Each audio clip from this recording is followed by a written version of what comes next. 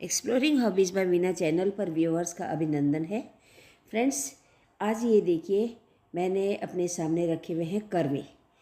ये वो करवे हैं जो करवा चौथ पर हम सुहागिन स्त्रियाँ सास या जेठानी वगैरह को देते हैं बायने के रूप में।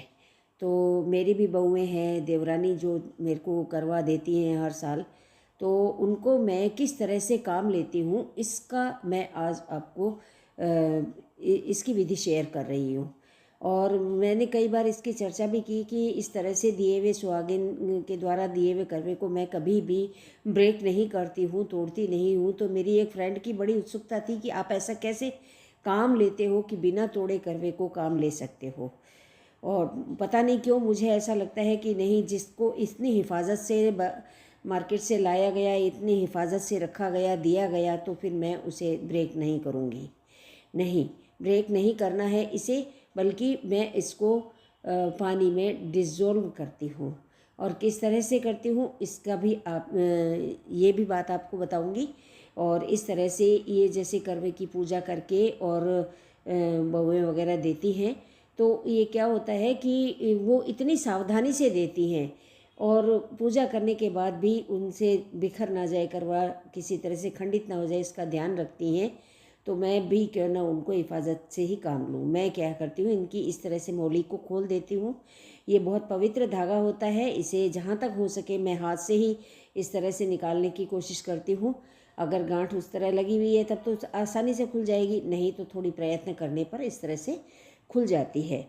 लेकिन फिर भी कई बार ऐसा होता है कि मौली का धागा अगर छोटा है या गांठ नहीं खुल रही है, तो फिर उसका इलाज तो जो हो सकता है वो ये है कि छोटी सी सीजर्स लेकर के और इस तरह से उसको काट दिया जाए। और जहाँ तक हो सके, चूँकि धागा ये पवित्र कहा जाता है, तो मैं इसे काटती नहीं हूँ, तोड़ने की कोशिश रखती हूँ। और गांठ है तो उसको खोलने की, ये नॉट खुल जाती हैं आराम से। और नहीं तो ऐसे पतली सी कैंची ले करके और इस तरह से करके करवे को बिना खंडित किए इस तरह से ये गांठ में खोल लेती हूँ, ये मौली में तो काट लेती हूँ। और मौली काटने के बाद अब करवा हमारे यूज़ के लिए बिल्कुल तैयार है।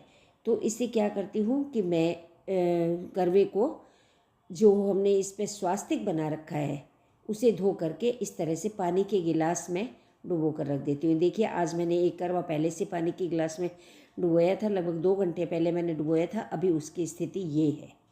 अब आप देख सकते हैं कि करवे को मैंने बिल्कुल भी हाथ नहीं लगाया, मतलब हाथ क्या खंडित नहीं किया है, और करवा अपने आप से डिज़ोल्व हो गया है। तो इसी तरह से मैं अब ये मैंने चूँकि पहले कर लिया था, आपको बता नहीं पाई। इसको स्वास्तिक को कैसे रिमूव करती हूँ, क्या करती हूँ कि नल चला करके और उसके नीचे धार पर स्वास्तिक को रखती हूँ। थोड़ा सा ऊपर ऊपर की चीनी ज़रूर बहेगी, चीनी का करवा है तो चीनी तो जाएगी ही पिघलने के बाद में। लेकिन ये स्वास्तिक, हालांकि ये हल्दी का बना होता है, हल्दी से बनाया जाता है, लेकिन फिर भी निकाल देना ही ठीक है, क्योंकि कुछ चीज़ों में हल्दी भी नहीं डाली जानी होती है। तो इस तरह से करवे का स्वास्तिक धो करके और फिर मैं उसको गिलास में डाल करके और रख देती हूँ। वे क्या होते हैं कि थोड़े से साइज़ में बड़े होते हैं, जो ग्लास में नहीं आएंगे। अब जैसे ये करवा है, ये इस तरह से इसका निचला हिस्सा जो पैंदा है काफ़ी बड़ा है, ये इस ग्लास में तो आने से रहा।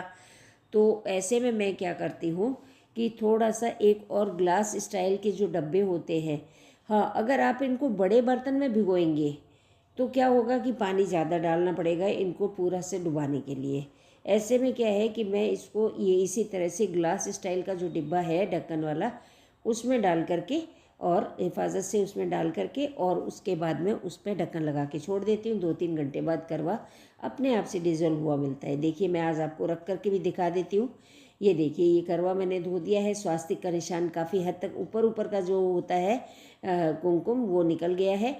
अब मैं इसको इसमें रख दूँगी। नहीं, ऐसे नहीं, ऐसे रखने से ये नीचे बहुत तेज़ी से गिरेगा।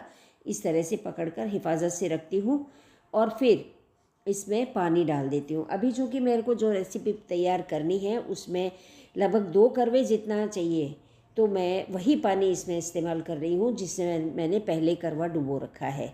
और ये देखिए, इस तरह से इसमें पानी मैंने भर दिया है और ये जो पहले वाले करवे का पानी है ये भी मैंने डाल दिया है। और लगभग 2-2.5 घंटे के बाद ये करवा पूरी तरह से मुझे डिज़ोल्व हुआ रखा मिलेगा।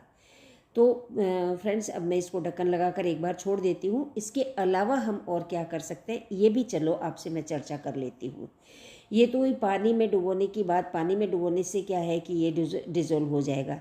इसके अलावा कभी हम जैसे हलवा बना रहे होते हैं या खीर बना रहे होते हैं तो भी मैं इन करवों को इसी तरह से काम लेती हूँ। तीनों बहुएँ करवा देती हैं, देवरानी के यहाँ से करवा आता है। तो इस तरह से मैं तो जब भी खीर बनाती हूँ, जब चावल पक गए या सेवियाँ पक गई हैं, खीर अच्छी हो गई है, अब उसमें चीनी डालने की बारी है, तब उसमें इसी तरह से बस वहीं की वहीं धो करके और वो करवा मतलब ऊपर से ये स्वास्तिक का निशान मिटा करके और करवा उसके अंदर छोड़ देती हूँ भगोने में ही। इससे क्या है कि वो करवा धीरे धीरे उसमें डिज़ोल्व हो जाता है। इसके अलावा हलवे में भी डाल सकते हैं हम यही। और इसके अलावा सिर्फ करवे की बात नहीं है, मैं ऐसे जो भी प्रसाद वगैरह भी आते हैं ना तो उनको भी इसी तरह से काम लेती हूँ। अब खाने में तो सच बात तो ये है कि ठीक है, प्रसाद स्वरूप एक आधा दाना हम ले लेते हैं। और अभी लक्ष्मी पूजन में भी जैसे मखाने वगैरह हैं तो खाने में तो प्रसाद स्वरूप तो एक दो दाना ले लेते हैं, बाकी तो फिर रखे रह जाएंगे, इधर उधर जाए। इससे अच्छा है कि उनको इसी तरह से खीर में या हलवे में डुबो कर डिज़ोल्व करके काम ले लेती हूँ। तो मेरे ख्याल से इससे अच्छा सदुपयोग, इससे बेहतर सदुपयोग किसी प्रसाद का या बायने का नहीं हो सकता। अब सवाल ये है कि हमें पता कैसे चलेगा कि हमने कितनी चीनी काम ली है। किसी रेसिपी में कितनी चीनी चाहिए, किसी रेसिपी में कम चाहिए, ज़्यादा चाहिए। तो उसके लिए सिंपल सी बात है, करवे को हम वे कर लेते हैं। ये लीजिए, ये वेइंग मशीन, इसको मैंने ऑन कर दिया है और इस पर करवा रख कर देख लेती हूँ कि कितने वज़न का है। 120 ग्राम का ये करवा है। इधर से दिखाई शायद नहीं दे रहा है, इधर से भी ब्लिंक ये कुछ ज़्यादा चमक रहा है इसलिए, बाकी मैंने इसको वे कर लिया है। 120 ग्राम का है तो 130-140 ग्राम चीनी तक का काम ये आराम से करेगा। अब ये देखिए, इतनी देर में मैंने ये करवा संभाल रही हूँ तो ये काफ़ी हद तक डिज़ोल्व हो गया है और मैं अब इसको आराम से अपने काम ले सकती हूँ।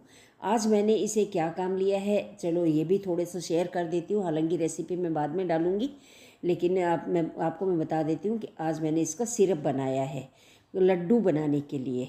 और गोला बुरादा रखा हुआ था तो गोले बुरादे के लड्डू, आज कोई गेस्ट आने वाले हैं, मुझे मालूम है उनका फास्ट रहता है, तो मैंने क्या है कि फटाफट बनाने के हिसाब से ये लड्डू उनके लिए तैयार किए हैं ताकि वो चाय के साथ में सर्व किए जा सकें।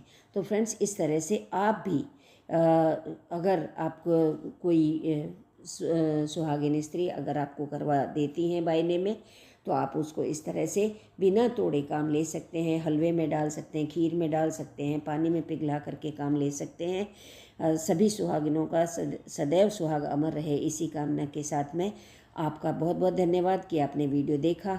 हम फिर मिलते हैं किसी नई रेसिपी में, किसी नई हॉबी के साथ में। तब तक के लिए बाय।